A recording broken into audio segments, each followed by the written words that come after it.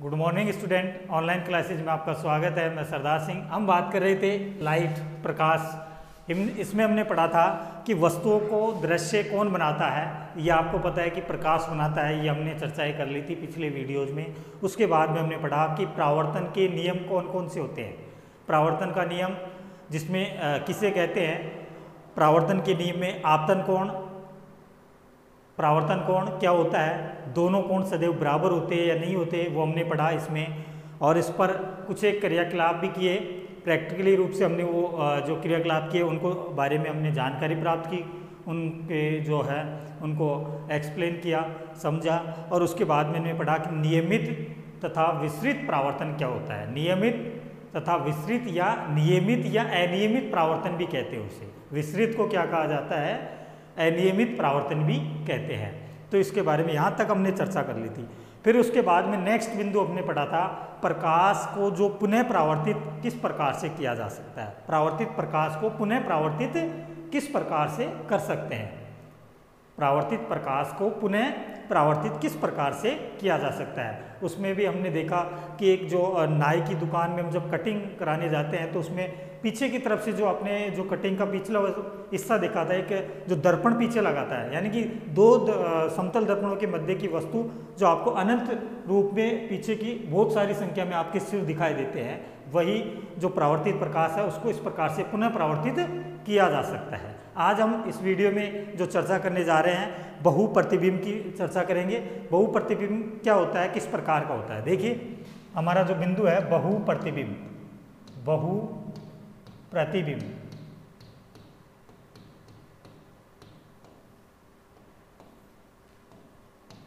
सबसे पहले हम बात करेंगे बहुप्रतिबिंब होता क्या है। इसमें एक क्रियाकलाप पढ़ेंगे, उस क्रियाकलाप में हम जो चर्चा करेंगे वो क्रियाकलाप है कि दो समतल दर्पण लेते हैं इस प्रतिबिंब के अंतर्गत। बहुप्रतिबिंब का मतलब होता है कि जो प्रतिबिंब बन रहे हैं बहुत अधिक संख्या में। बहु का मतलब बहुत अधिक, बहुत अधिक, बहुत अधिक प्रतिबिंब का निर्माण, प्रतिबिंब का बनना क्या कहलाता है, बहुप्रतिबिंब कहलाता है। ये इसके या तो डेफिनेशन मान लो, ये डेफिनेशन भी हो गई एक तरीके से कि बहुत अधिक प्रतिबिंब का बनना या निर्माण होना बहुप्रतिबिंब कहलाता है। बहुत ज़्यादा प्रतिबिंब बनते हैं वही बिंदु क्या कहलाएगा, बहुप्रतिबिंब कहलाएगा। कैसे बनेंगे, दो समतल दर्पण लेंगे, उन दोनों समतल दर्पणों को समकोण के रूप में इस प्रकार से रखेंगे या फिर उसको किसी टेप के माध्यम से इस प्रकार से चिपका कर उनको रखेंगे। अलग अलग कोणों पर रख कर इस प्रक्रिया को दोहराएंगे। 60, 90, 180, 120 डिग्री के कोण पर टेप के जोड़ कर उसको दोनों समतलों को इस प्रकार से रख देंगे। कैसे रखेंगे, देखिए एक तो ये ले लिया, मान लीजिए एक दर्पण ये ले लिया, ठीक है। एक दर्पण ये है और जो दूसरा दर्पण रख रहे हैं वो दर्पण यहाँ पे इस प्रकार का रख दिया। ऐसे दो दर्पण रख दिए, दोनों दर्पण दोनों को एक समकोण पे रख दिया। ये समकोण जो है बना हुआ दिखाई दे रहा है, इस प्रकार से रख देंगे। इसके बीच में हम क्या करेंगे, एक सिक्का डालेंगे। सिक्का डालने के बाद में जितने सिक्के दिखते हैं, कितने प्रतिबिंब बहुत ज़्यादा, बहुत अधिक संख्या में इसके प्रतिबिंब बने हुए दिखाई देते हैं। यही क्या कहलाता है, बहुप्रतिबिंब कहलाता है। इसे ही क्या कहते हैं, बहुप्रतिबिंब कहा जाता है। यानी कि बहुत अधिक प्रतिबिंब जिसमें बनते हों वही क्या कहलाता है, बहुप्रतिबिंब। देखिए कैसे, इस प्रकार से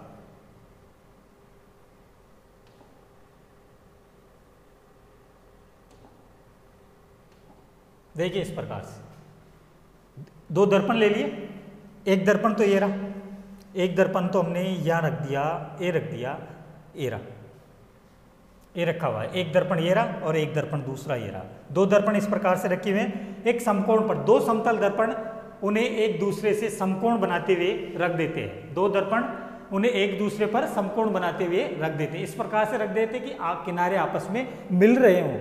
इस प्रकार से किनारे उनके आपस में मिल रहे हों। इस प्रकार से जो उनके किनारे हैं आपस में इस प्रकार से मिले हुए होने चाहिए। इस प्रकार से समकोण पर इस प्रकार से रख देते हैं कि उनके किनारे आपस में मिले हुए होने चाहिए, ठीक है। और या इसे टेप का उपयोग भी कर सकते हैं। इन्हें जोड़ने के लिए एक टेप की सहायता से जोड़कर भी रख सकते हैं। दर्पणों के बीच में एक सिक्का रखते हैं। एक सिक्का रख दिया है यहाँ पे, ये रखा हुआ है, देखो ये सिक्का रखा हुआ है इस प्रकार से।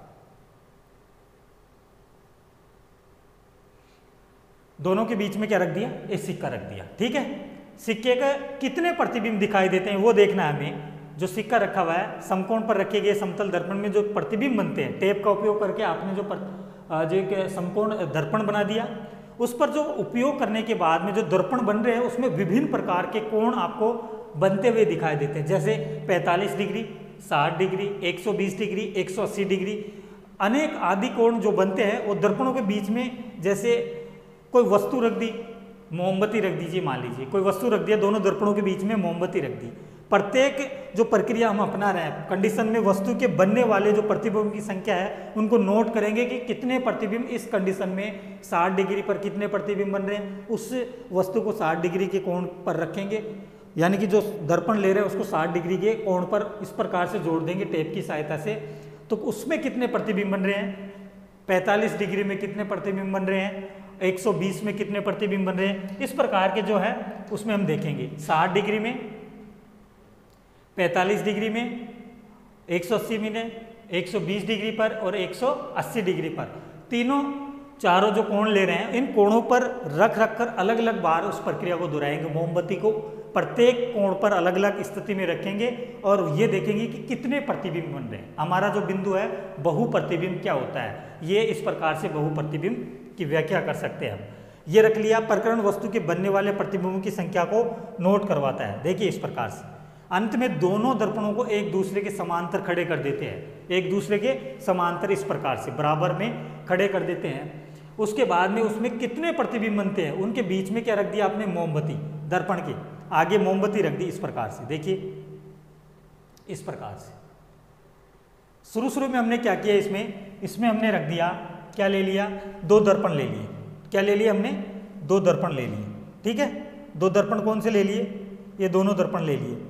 कौन से, इधर देखिए, एक दर्पण ये ले लिया, एक दर्पण ये रहा और एक दर्पण ये रहा। ये दोनों समकोण पर रखे हुए हैं। किस पर रखे हुए हैं, समकोण पर रखे हैं। यहाँ पर हमने क्या लगा दिया, ये दर्पण है, दर्पण कौन से, समतल दर्पण। समतल दर्पण की हम चर्चा कर रहे हैं। एक सिक्का यहाँ पर रख दिए, ये सिक्का है। अब इस सिक्के को रखने के बाद में आपको प्रतिबिंब कितने दिखाई दे रहे हैं, एक सिक्का यहाँ पर दिख रहा है, ये दिख रहा है, ये दिख रहा है, ये इतने सिक्के दिख रहे हैं, यानी कि सिक्का तो एक है लेकिन प्रतिबिंब कितने बन रहे हैं, अनेक, बहुत सारे प्रतिबिंब बनते हुए हमें यहाँ पे दिखाई दे रहे हैं। कितने प्रतिबिंब बन रहे हैं, बहुत ज़्यादा। ठीक है, अब उसमें आपने क्या किया, सेकंड कंडीशन में हमने क्या किया, प्रत्येक को अलग अलग कोणों पर रखा और एक मोमबत्ती उनके सामने रख दी, यानी कि एक दूसरे के समांतर भी रखकर हमने समतल दर्पणों पर बनने वाले प्रतिबिंबों को नोट किया कि कितने प्रतिबिंब बनते हैं। एक दूसरे के समांतर रखा और उसमें प्रतिबिंब कितने बन रहे हैं। देखिए यहाँ पर भी प्रतिबिंब अनेक संख्या में बन रहे हैं, एक दूसरे के समांतर रख दिया, एक को यहाँ पे रख दिया, एक को यहाँ पे, यानी कि दोनों बराबर है। ये जो दर्पण है ये दोनों बराबर है इस प्रकार से। ठीक है, ये दर्पण है, ये कह रहा है दर्पण दे दिया, समांतर रूप से, समांतर क्रम में रखे हुए हैं, समांतर रूप में रखे दर्पण, कौन से, समतल दर्पण। ठीक है, कौन से, समतल दर्पण। मोमबत्ती के कितने प्रतिबिंब बन रहे हैं, एक दूसरे के समांतर रखे समतल दर्पणों में बनने वाले प्रतिबिंबों की संख्या बहुत अधिक है, बहुत ज्यादा प्रतिबिंब आपको इसमें बनते हुए दिखाई दे रहे हैं। ठीक है, तो इस प्रकार का यह बिंदु कहलाएगा बहु प्रतिबिंब। इस प्रक्रिया को कौन सी जो प्रक्रिया कहते हैं, बहु प्रतिबिंब की प्रक्रिया कहलाती है। तो यह क्या कहलाएगी, बहु प्रतिबिंब की प्रक्रिया कहा जाता है इसे। ठीक है, तो ये हमारा जो है बहु प्रतिबिंब का जो बिंदु है वो क्लियर हो गया। इस प्रकार से बहु प्रतिबिंब में अनेक प्रतिबिंब, बहुत अधिक संख्या में जो प्रतिबिंब बनते हैं वो कैसे बनते हैं इसका पता हमने लगा लिया। ठीक है, क्रियाकलाप के माध्यम से। अब हम नेक्स्ट जो चर्चा करने जा रहे हैं, नेक्स्ट बिंदु कौन सा होगा हमारा, वो बिंदु हमारा कि जो प्रतिबिंब, अभी इसमें देखो प्रतिबिंब तो बन रहे हैं, नेक्स्ट बिंदु में इससे पहले हम 1-2 एग्जाम्पल और देख लेते हैं जो बिंदु बन रहे हैं उसमें भी कितने प्रतिबिंब बन रहे हैं। देखिए 1-2 एग्जाम्पल और देखते हैं। देखो ये एग्जाम्पल लेते हैं, एक कौन सा, एक ये एग्जाम्पल है हमारा कैलाइडोस्कोप बनाने के लिए। एक कैलाइडोस्कोप नामक जो है एक इस प्रकार का जो प्रिज्म आकृति देखी होगी आपने इस प्रकार की। देखिए प्रिज्म इस प्रकार का होता है, ठीक है, इस प्रकार का होता है प्रिज्म। ऐसा कुछ प्रिज्म होता है जिसका एक सिरा तिरछा होता है, ये क्या है मान लीजिए प्रिज्म है, ऐसा प्रिज्म लेते हैं प्रिज्म, ठीक है। इस प्रिज्म की सहायता से कैलाइडोस्कोप बनाने के लिए हम क्या करते हैं, कैलाइडोस्कोप बनाने के लिए हम दर्पण की लगभग 15 सेंटीमीटर और 4 सेंटीमीटर चौड़ी 3 आयताकार पट्टी लेते हैं। कितनी पट्टी लेते हैं दर्पण की, 15 सेंटीमीटर और 4 सेंटीमीटर चौड़ी, लंबी कितनी है 15 सेंटीमीटर लंबी है। ये देखिए कोई दर्पण की पट्टी है, मान लीजिए ये कोई पट्टी है दर्पण की, कितनी सेंटीमीटर है 15 सेंटीमीटर, ये 15 सेंटीमीटर लंबी दर्पण की पट्टी है और 4 सेंटीमीटर इसकी चौड़ाई है। चौड़ाई कितनी है 4 सेमी, इसकी चौड़ाई है 4 सेमी और लंबाई कितनी है 15 सेंटीमीटर, ठीक है। क्या ये दर्पण की कोई पट्टी है, दर्पण है, दर्पण की पट्टी, इस प्रकार की एक पट्टी हम लेते हैं, यहाँ पर ले लिया। इन्हें दर्पण जो प्रिज्म है एक दूसरे प्रिज्म की आकृति में जोड़ देते हैं। इन पट्टियों को क्या करते हैं, जो प्रिज्म ले रहे हैं, अभी प्रिज्म मैंने बनाया था यहाँ पर, उस प्रिज्म की जो सिल्ली है, प्रिज्म का जो टुकड़ा है उसके आपस में जोड़ देते हैं, क्योंकि प्रिज्म की लंबाई भी 15 सेंटीमीटर और 4 सेंटीमीटर चौड़ाई का प्रिज्म लिया हमने, उसको इस प्रकार से इस आकृति में जोड़ दिया। एक गत्ते या मोटे चार्ट पेपर की बनी एक क्या ले लेते हैं, बेलनाकार ट्यूब और लेते हैं, ट्यूब में दृढ़ता से उसे लगा देते हैं और सुनिश्चित कर लेते हैं कि ट्यूब दर्पण की पट्टियों से थोड़ी, ट्यूब दर्पण की पट्टियों से थोड़ी कहाँ पे रहेगी, लंबी हो, थोड़ी लंबी हो, ट्यूब थोड़ी लंबी हो और ट्यूब के एक सिरे को गत्ते की एक डिस्क से बंद कर देते हैं। गत्ते की एक डिस्क से हमने क्या कर दिया, उसको बंद कर दिया इस प्रकार से, देखिए एक सिरे डिस्क के बंद कर दिया, जिसके भीतर अंदर दृश्य देखने के लिए हम क्या करते हैं इस प्रकार का, ये है प्रिज्म, ठीक है। ये प्रिज्म ले लिया, देखिए यहां पर ये प्रिज्म ले लिया हमने, कौन से 3 प्रिज्म लेते हैं, ए बी सी, इस प्रकार प्रिज्म ए क्या है, ये प्रिज्म, इस प्रकार के प्रिज्म है, ठीक है। एक प्रिज्म ये रहा, 3 प्रिज्म लिया हमने यहां पर, एक प्रिज्म ये रहा, तीनों प्रिज्म में हमने जो एक जो पट्टी ली थी कागज की, मोटे गत्ते की पट्टी यहां पर लगा दी, यहां पर इनके यहां पर एक पट्टी यहां पर लगा दी, ये पट्टी लगा दी यहां पर, ठीक है। किसकी, एक दर्पण की पट्टी है इस प्रकार की, ये पट्टी यहां पर, एक यहां पर लगा दी और एक यहां पर लगा दी, इसी साइज में लगाइए इसको जिस प्रकार से इस दर्पण का जो है बनावट है, जिस प्रकार से इस दर्पण की बनावट है उसी साइज में इसको यहां पर हमने लगा दिया, किसमें, पट्टी लगाई है जो प्रिज्म में, ठीक है। इसके ऊपर हमने एक जो इसके ऊपर एक क्या रख दिया, सिक्का रख दिया, ठीक है। मान लीजिए यहां पर कोई सिक्का रख दिया, ए बी सी 3 प्रिज्म लेते हैं, ए बी और सी, 3 प्रिज्म हमने ले लिए यहां पर। आगे देखते हैं, देखिए उसके बाद में तीनों प्रिज्म क्या करते हैं, एक बहु जो मितिदर्शी का कैलाइडोस्कोप बन जाता है। कैसा बन जाता है, बहुदर्शी का कैलाइडोस्कोप, मिति का एक कैलाइडोस्कोप इस प्रकार का बनता हुआ दिखाई देता है, जिसे क्या कहते हैं, बहुमितिदर्शी, बहुमितिदर्शी कैलाइडोस्कोप कहा जाता है। इस कैलाइडोस्कोप को बनाने के लिए लगभग 15 से 4 सेंटीमीटर की आपने पट्टी ले ली, इस प्रकार की ये पट्टी लिए, इस प्रकार की पट्टी लेने के बाद में हमने क्या किया, तीनों आयताकार पट्टियाँ लेते हैं और इस प्रकार से ये बन जाता है, ठीक है। तो इस बिंदु को क्या कहते हैं, जो प्रिज्म का जो निर्माण से जो बनने वाला बहुमूर्तिदर्शी बिंदु कहलाता है, बहुमूर्तिदर्शी। इस जो बिंदु कहला रहा है, इसका कौन सा बिंदु कहला रहा है, वो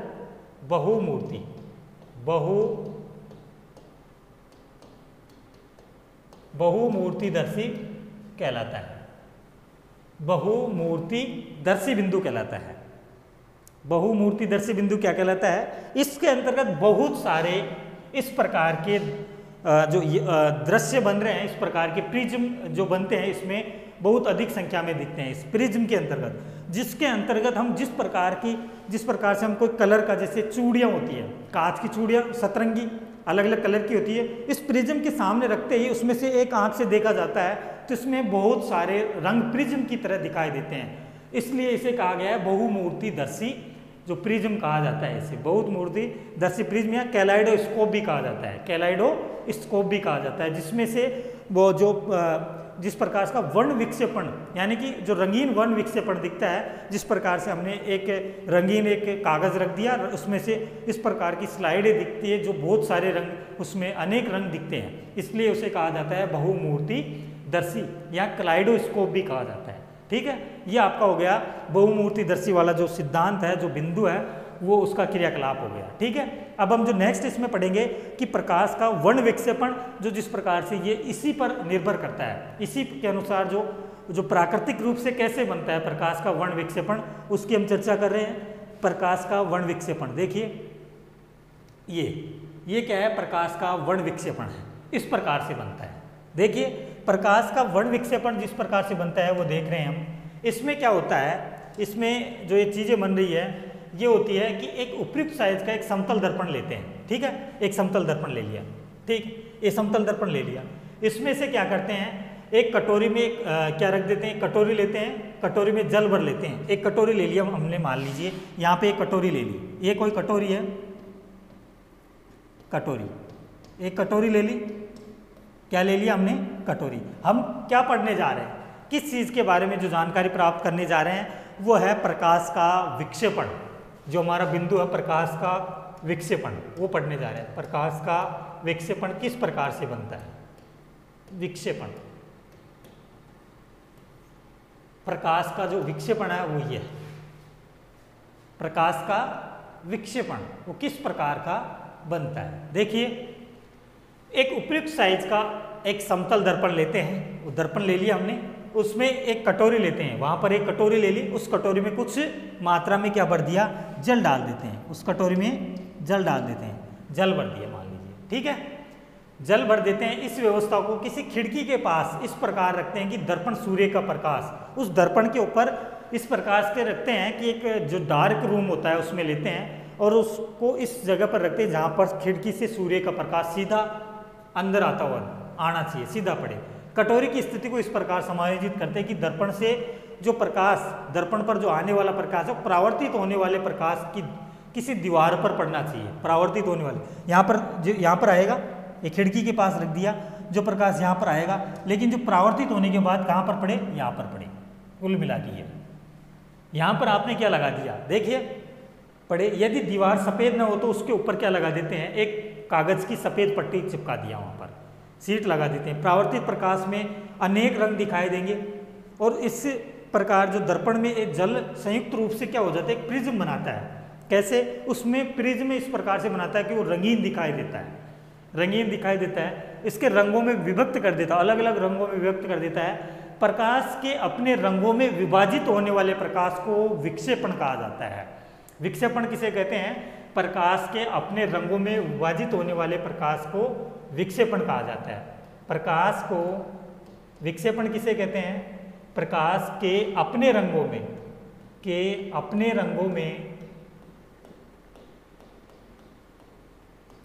प्रकाश के अपने रंगों में विभाजित होने को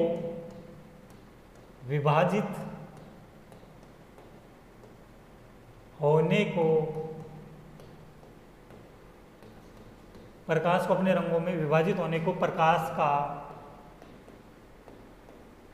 का विक्षेपण कहते हैं। विक्षेपण कहते हैं, प्रकाश का विक्षेपण कहते हैं। क्या कहते हैं, विक्षेपण। इंद्रधनुष विक्षेपण को दर्शाने वाली एक प्राकृतिक परिघटना है। एक तरीके से इसमें भी क्या होता है, प्रिज्म बन रहा है। प्रिज्म जो जिस प्रकाश रंगीन रंगों का एक ग्रुप बना रहा है वैसे ही इसमें बनता हुआ दिखाई देता है। कुल मिला के ये ध्यान रखना है अपन को कि एक डार्क रूम में जाते हैं, वहाँ पर एक समतल दर्पण रखते हैं, अंधेरा है, ठीक है, और उस दर्पण को रखने के पश्चात उसको एक कटोरी लेते हैं, उस कटोरी के अंतर्गत एक जो पानी डाल लेते हैं, जल भर लेते हैं और उस जल के अंतर्गत जो रखे हुए एक दर्पण को, उस दर्पण को उस जगह पर रखते हैं जहाँ पर उस खिड़की से प्रकाश आ रहा हो, और जो प्रकाश आ रहा है वो परावर्तित होकर उस दीवार के टकराएगा जिस दीवार के टकराएगा वहाँ पर अपने एक कागज़ की वाइट कलर की शीट लगा देते हैं जहाँ पर वो प्रतिबिंब बनता हुआ दिखाई दे। जो बनने वाला प्रतिबिंब है वो रंगीन बन रहा है एक तरीके से। कैसा प्रतिबिंब बन रहा है? रंगीन प्रतिबिंब बनता हुआ हमें वो दिखाई देता है, इसलिए इसे प्रकाश का विक्षेपण कहा जाता है। यानी कि कह सकते हैं कि प्रकाश अपने रंगों में विभाजित होने वाले प्रकाश का विक्षेपण करता है, वही विक्षेपण कहलाता है। क्या कहलाता है? वही विक्षेपण कहलाता है। तो ये हो गया प्रकाश का विक्षेपण क्या होता है, इस प्रकार का हमें विक्षेपण दिखाई देता है। ठीक है, तो ये हमारा विक्षेपण कंप्लीट हो गया, तैयार हो गया कि प्रकाश का विक्षेपण, प्रकाश के अपने रंगों में विभाजित होने को प्रकाश का विक्षेपण होता है कहते हैं। अपने रंगों में ही विभाजित कर रहा है, यानी कि जो जिस प्रकार से जो रेज आ रही है, किरणें आ रही है, वो एक रंगीन 7 रंगों 7 रंगों में दिखाई दे रही है। हालांकि आ कैसे रही है, वो परावर्तित होने के बाद में आपको 7 रंगों में दिखाई दे रही है, यानी कि 7 रंगों यानी कि जो रंगीन दिखाई दे रही है, ये कह सकते हैं हम कुल मिला के। ठीक है, तो यही क्या कहलाएगा, प्रकाश का विक्षेपण कहलाएगा। क्लियर हो गया? तो ठीक है, अब हम नेक्स्ट की चर्चा करते हैं। नेक्स्ट में आता है हमारा विक्षेपण के बाद में हमारे नेत्रों की संरचना किस प्रकार की होती है। उस हमारे नेत्रों की संरचना में हम कई बिंदु पढ़ेंगे, उससे पहले ये देख लेते हैं, एक बार और देख लेते हैं इसको। जो नेक्स्ट बिंदु पढ़ने से पहले आपको सबसे पहले क्या लेना है, एक उपयुक्त साइज का एक समतल दर्पण लेना है। ठीक है, एक ऐसी साइज का, उस दर्पण को इस चित्र के अनुसार आपको एक कटोरी में रखना है। दर्पण को किस में रखना है? उस कटोरी के अंतर्गत रखना है। कटोरी में रख दिया आपने जल से भरी हुई। इस व्यवस्था को आप किसी खिड़की के पास इस प्रकार रख दो। खिड़की के पास रखेंगे, दर्पण पर सूर्य का प्रकाश सीधा पड़ सके और कटोरी की स्थिति को इस प्रकार से समायोजित करे कि दर्पण पर वो प्रकाश आ रहा है, आपतित होकर वो परावर्तित हो, और जहाँ पर आपने एक दीवार पर व्हाइट कागज की शीट लगाई है वहाँ पर बिंब बनता हुआ दिखाई देना, प्रतिबिंब वहाँ पर बनना चाहिए। ठीक है, यहाँ तक हो गया। कागज की शीट पर चिपकाइए, वहाँ पर परावर्तित प्रकाश, आप जो पढ़ने वाला परावर्तित प्रकाश है वहाँ पर अनेक रंग दिखाई देंगे आपको। कितने रंग? बहुत सारे रंग दिखाई देंगे। यही क्या कहलाएगा, प्रकाश का विक्षेपण कहलाता है। इसे क्या कहते हैं, प्रकाश का विक्षेपण कहा जाता है। तो ये हमारा जो बिंदु हो गया प्रकाश का विक्षेपण, किसे कहते हैं, इस प्रकार का होता है प्रकाश का विक्षेपण, कि जो बनने वाले जो प्रतिबिंब हैं, जिस प्रकार से जो प्रकाश अपने रंगों में विभाजित होने वाले को अपने खुद के रंगों में विभाजित करता है, अपने खुद के रंगों में जो विभाजित करता है उसे क्या कहलाता है, प्रकाश का विक्षेपण कहते हैं। उसे क्या कहते हैं, प्रकाश का विक्षेपण। देखिए इस प्रकार से ये है, ये दे रखा है, ये कोई जो रूम है, इस रूम के अंतर्गत हमने क्या किया, ये कटोरी ले ली। यहाँ पर जो समतल दर्पण है उस कटोरी के अंतर्गत रख दिया। यहाँ पे क्या डाल दिया, कटोरी है। देखिए ये कटोरी ली हमने, यहाँ पर इस कटोरी के अंतर्गत जो आपने डाला है, देखो ये कटोरी है, इस कटोरी में ये कटोरी ले रखी है आपने, इस कटोरी में क्या डाला आपने, ये दर्पण रखा हुआ है, यहाँ पर ये दर्पण रखा हुआ है इसमें। ठीक है, अब इसको हमने कहाँ पर रख दिया, ये खिड़की है, ये क्या है, ये खिड़की है, ये खिड़की है। यहाँ पर इस खिड़की से प्रकाश आ रहा है इधर। ठीक है, आपने कागज कहाँ लगा दिया, ये सफ़ेद कागज यहाँ पे चिपका दिया, सफ़ेद कागज की शीट, कागज की शीट हमने यहाँ पर लगा दी। ठीक है, ये सफ़ेद कागज की शीट हमने यहाँ पर लगा दी। अब जो प्रतिबिंब बन रहा है, प्रकाश आपतित हो रहा है, परावर्तित होकर कहाँ पर, यहाँ पर आ रहा है। तो यहाँ पर प्रतिबिंब जो बन रहा है वो रंगीन बन रहा है, रंगीन बन रहा है। कहाँ पर, जो परावर्तित होने के बाद में जो शीट पर प्रकाश परावर्तित होकर जा रहा है, टकराकर वहाँ से कहाँ पर, उस दर्पण के टकराकर वापस जहाँ पर परावर्तित हो रहा है उसी दिशा में जिधर से प्रकाश आ रहा है, वहाँ पर जो बनने वाला जो प्रतिबिंब है वो रंगीन दिखाई दे रहा है। कुल मिला के ये ध्यान रखना है आपको कि कौन सा, बिल्कुल रंगीन प्रतिबिंब दिखाई देगा हमें। वही क्या कहलाएगा, प्रकाश का विक्षेपण कहलाता है। उसे क्या कहते हैं, प्रकाश का विक्षेपण कहा जाता है। कौन सा, प्रकाश का विक्षेपण कहते हैं उसे। कौन सा, प्रकाश का विक्षेपण कहलाता है, प्रकाश का विक्षेपण क्या कहलाएगा, प्रकाश का विक्षेपण कहलाता है। जिस प्रकार से ये विक्षेपण बन रहा है और ये रंगीन बन रहा है, यही क्या कहलाएगा, प्रकाश का विक्षेपण। ठीक है, तो ये हमारा जो प्रकाश का विक्षेपण बन रहा है। अब हम नेक्स्ट जो बिंदु पढ़ेंगे वो बिंदु होगा हमारा कि नेत्र से हम जिस प्रकार से जो नेत्र के माध्यम से नेत्र की संरचना किस प्रकार की होती है, नेत्र में जो नेत्र का निर्माण होता है वो किस प्रकार से होता है, कार्निया क्या होता है और जो रेटिना क्या होता है, रेटिना का कार्य किस प्रकार का होता है, लेंस कहाँ पर स्थित होता है, प्रकाश आपतित कहाँ पर होता है, किस प्रकार से हमें दिखाई देता है, वो हम जो नेक्स्ट जो क्लास होगी उसमें हम उसकी चर्चा करेंगे। जो नेत्र जो मानव नेत्र की संरचना निर्माण किस प्रकार की होती है वो अब हम जो नेक्स्ट हमारी जो क्लास होगी उसमें देखेंगे। आज के लिए इतना काफ़ी दोस्तों, धन्यवाद।